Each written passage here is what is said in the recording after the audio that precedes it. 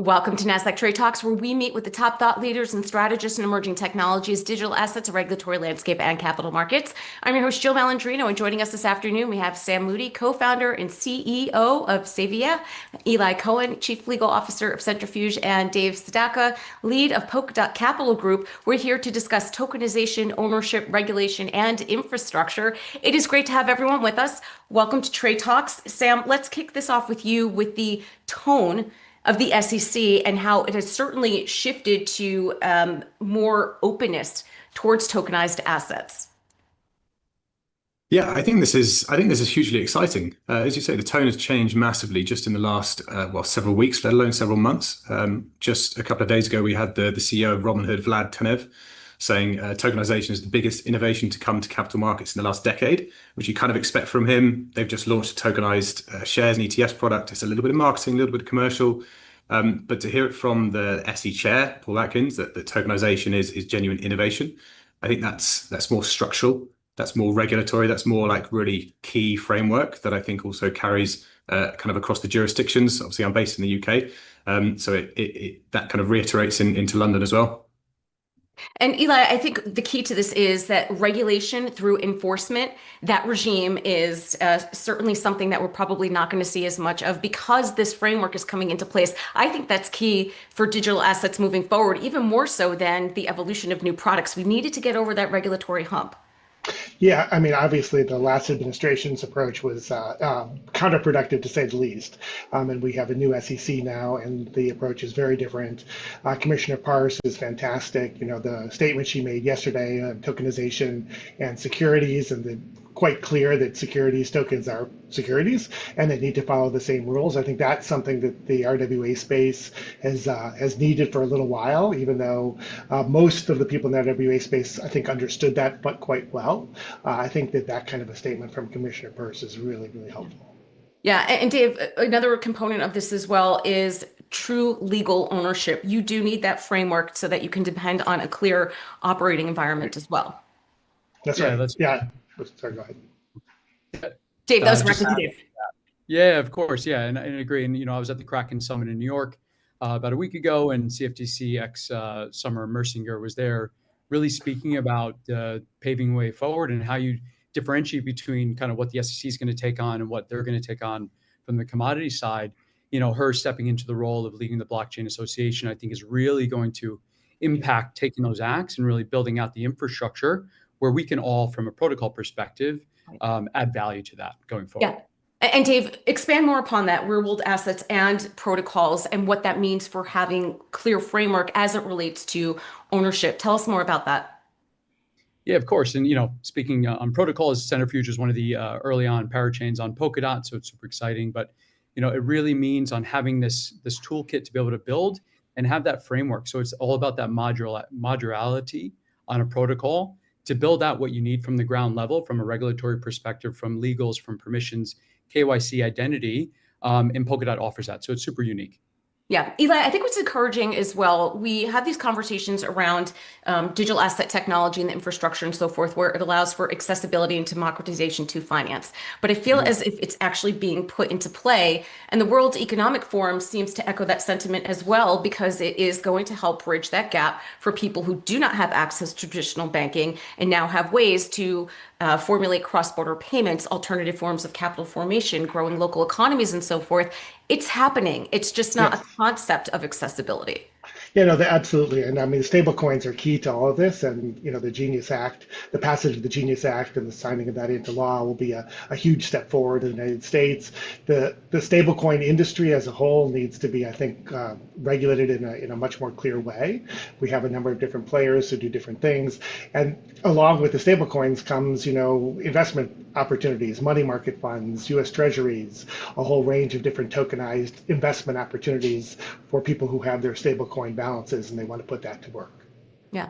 Sam, it's interesting. I think we're at the point now with stablecoins, we have to figure out which lane that they want to be in and, understanding what they are capable of doing, what, how they work and so forth. We're hearing about all these use cases, all these different types of stablecoins, but I think it's at the point now where we have to figure out which lane that they're going to be in. Yeah, I think so. I think for me, this is about the commercial value over technical allure. Stablecoins don't sound that exciting. It's essentially a digital dollar. But what we're trying to achieve, I think, in 2025 and 2026 is mainstream adoption. And that doesn't come from the hype of meme coins or collectible art NFTs. It comes from the mundane. And I think that's what stablecoins absolutely perfect, improving workflows, reducing friction, cost. There's tangible commercial ROI. But what's really interesting is that it's managing to integrate into so the users, consumers' daily lives without changing habits. I think some of the massive components for this have been Coinbase, a couple of big partnerships with Amex, with Shopify. I think it was today or yesterday, Jack Ma's Ant Group incorporated USDC across their payment platforms. So it's just kind of creeping in, and really, really importantly, it's without us noticing or having to do anything different. I think that's what's really cool. Right. And Sam, I also think that understanding what compliance looks like and custody models and risk models and so forth, that's going to be another component. Now that we understand what these frameworks could potentially look like, how do we risk model? How do we remain compliant as the technology continues to evolve faster than frameworks do? That is a great question. In the UK, at least, we've got the Digital Security Sandbox, which went live about a year ago or nearly a year ago. There's only half a dozen projects that have gone through it, but it seems to be a really supportive framework for stablecoin issuers and for money market funds and other token issuers. I don't think that the US has got the same kind of sandbox, or certainly not as advanced, but I think that would be really interesting to explore further. Yeah. Yeah. Well, Eli, the SEC Crypto Task Force, they are, thinking about the balance of innovation and ensuring compliance. So it is something that they are focusing on within the framework itself. Sometimes you don't think about security, compliance, regulation first by design. And it seems as if the task force, while they're bullish about the innovation, they really are focusing on compliance and protecting the consumer as well. Clearly they are, and you can see that with the market structure bills as well. And even you've got Senator Warren putting out her own ideas of what crypto legislation should look like. So I think everybody's really come around to the idea that there needs to be a clear structure for the crypto markets. And generally, the real world assets have sort of always been in that security space, but the rest of the markets didn't have that kind of structure, and they clearly need it. So I think once we get a market structure bill, then that would be the time to do a regulatory sandbox. You then got a sort of a clear regulatory guidance between the CFTC and the SEC, and they can each have their own sandbox for their own regulated type of products. And I think that would be the right time to do it. I think it's probably a little early at the moment. Yeah. And Dave, if we look at treasuries, perhaps is one of the first use cases with coming on chain. Where do you think we are in that process? Would you say it has matured to a certain point? And then what asset classes do you expect to be prime to go on chain next? Yeah, I think we're getting there. I think one of the focus points is that secondary liquidity markets, right? Like when you're thinking about institutions, they need to be able to exit positions. They need to be able to look at price discovery. And if not, then you have increased risk and increased illiquidity of these assets. So I think we're definitely heading there. But really, we think about real estate, we think about private credit. Some of these low-hanging fruit opportunities there, you can actually borrow and get that collateral against those assets on chain. I think it'd be super powerful in the short term. Do you think the infrastructure is mature enough? Yeah, I mean, I think about what we've built from a Polkadot protocol, speaking on that behalf, it's there, right? I think it's ready to be adopted. It's just around the communication education around how you navigate the trenches of on-chain and DeFi, which, it's something we're actively doing today around with institutions to educate them on what are the risks, how do you navigate? So it's coming. Yeah. And Eli, speaking of education, self-custody is also a priority for Atkins as well. Yes. He looks at it as a fundamental American right. I guess. I mean, I think a lot of people would say that there's almost no way back at this point. You can't really put the genie back in the bottle, so you have to address the self-custody elements of the market. It's obviously the crypto markets generally, the retail part of those markets are very much driven by the democratization element and the self-custody elements of it. And, it needs to be addressed in a regulatory way from a compliance standpoint, but it needs to obviously be permitted as well. So hopefully that's something that the task force can address. Sam, what are your thoughts about over-centralization? I know that can be an issue for the ethos within the digital asset space. Um, I'm actually probably different. I'm not that against over centralization. I think the earlier days of crypto and blockchain was about decentralization. It was about self-custody. It was about kind of breaking away from anything that's government or central banking. It's visionary. I think we've kind of slightly come out of that phase now. We're moving into the commercial stage where it needs to be UX focused. It needs to be commercially viable. And actually, if you speak to most non say it's kind of crypto natives, they're not that bothered about self-custody or lack thereof. They're focused on, can I access it through the same apps that I already use? Can I do it without any additional onboarding? Can I access my account if I forget my password? Because I will. They don't. They favor that convenience over the kind of purist side of the crypto market. Let's be honest, this is the next 30, 40 years, 50 years of our financial ecosystem. This is the framework for it. We need to be planning, building, developing for the generation that's going to be using it most, and they favor convenience. Like, they are single app based. We're talking about the young 20s, like late 20s, early 30s, who want an investment experience where they go one place, they get their access to ETFs, to shares, to property, yeah, to real estate, to gold, to art, to wine investment, to really any kind of asset that you can imagine, and they want it in one place. And technically, we can do all of that now, and we can do it 24/7, 365 days a year, and borderless, which is wild. It's really just getting your way through the regulation to permit it. And beyond the kind of stable coin side of regulation, like how do we classify security, tokenization and securities?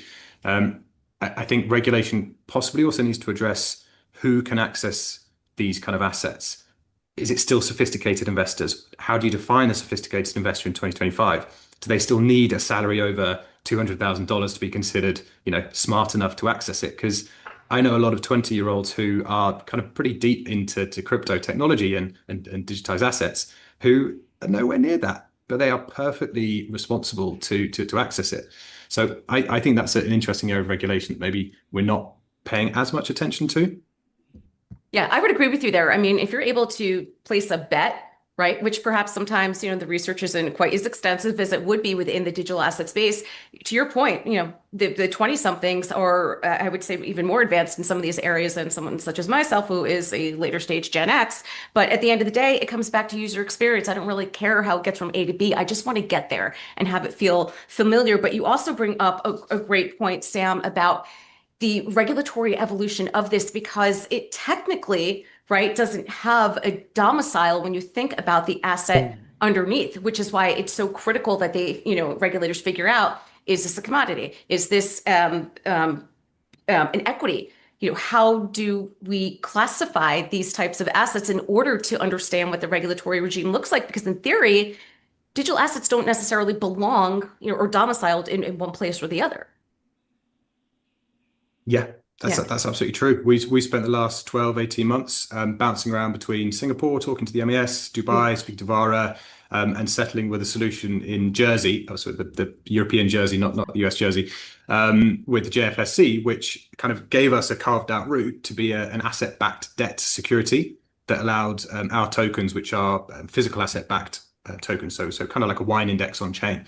It allowed it to be freely transferable across the secondary market and not be kind of tied to a single jurisdiction. So it is truly borderless 24/7. But Singapore wasn't super keen on it. VARA and Dubai wasn't quite ready for it, amazingly, because normally VARA is very progressive and happy to sit down and have a chat about these things. But honestly, I think in 3 months' time, even, you could go back and the conversation could be completely different. Yeah, it certainly can. Eli, what are your thoughts on that? Yeah, I mean, I think the jurisdictions will be different too. I mean, I think there's a lot of developments going on, places like Gibraltar. We've been building mostly in Cayman and the British Virgin Islands ourselves, so that's where the tokenized fund market seems to have evolved to. But that's probably going to change in the next year or two, and we certainly hope that there's going to be big markets in Europe, or big markets in like the UK or the US, perhaps, where we could actually build the same sort of tokenized fund products that we've been building in the British Virgin Islands. Yeah, I wonder if the bigger issue is data, right? Because at the end of the day, this is data that's being transmitted. And we know, particularly if you're looking at EU regulation, that it's highly compliant and stringent there. So I'm curious to see how it evolves through the data lens. So any thoughts, Dave, from you around that, or just, how you see the space maturing over the next 1 to 3 years, because it certainly is evolving quicker than I think any of us had expected. Yeah, 100%. You know what? I'd love to touch on the centralization aspect. Yeah. If you think about the ethos of Web3, it's around user control. And I think you don't necessarily need to take the TradFi rules and have to apply that on everyone, right? I think the ability to have this permissionless access, to have that availability at any time of your asset and know that you control it, I think is the way forward on how the next generations want to be able to control what they do with their money when they want to do it. So I think that is the true, decentralization aspect of, I think, where it still will remain and continue paving forward. It's just the UI aspect of things. I wonder if there's almost two sets of different rules then. Institutions, they need certain, compliance and risk model regimes in place. But for the individual user who necessarily doesn't, perhaps it's something for everyone. Where if you're holding your own custody as a retail investor, do you really care, right? Yeah, but it's also, making sure you do have the controls in place where you have the legals and everything on top of that. So agreed. All right. Appreciate all of your insights. Thanks for joining us on Trade Talks. I'm Jill Malandrino, Global Markets Reporter at Nasdaq. Thank you, Jill. Thank you.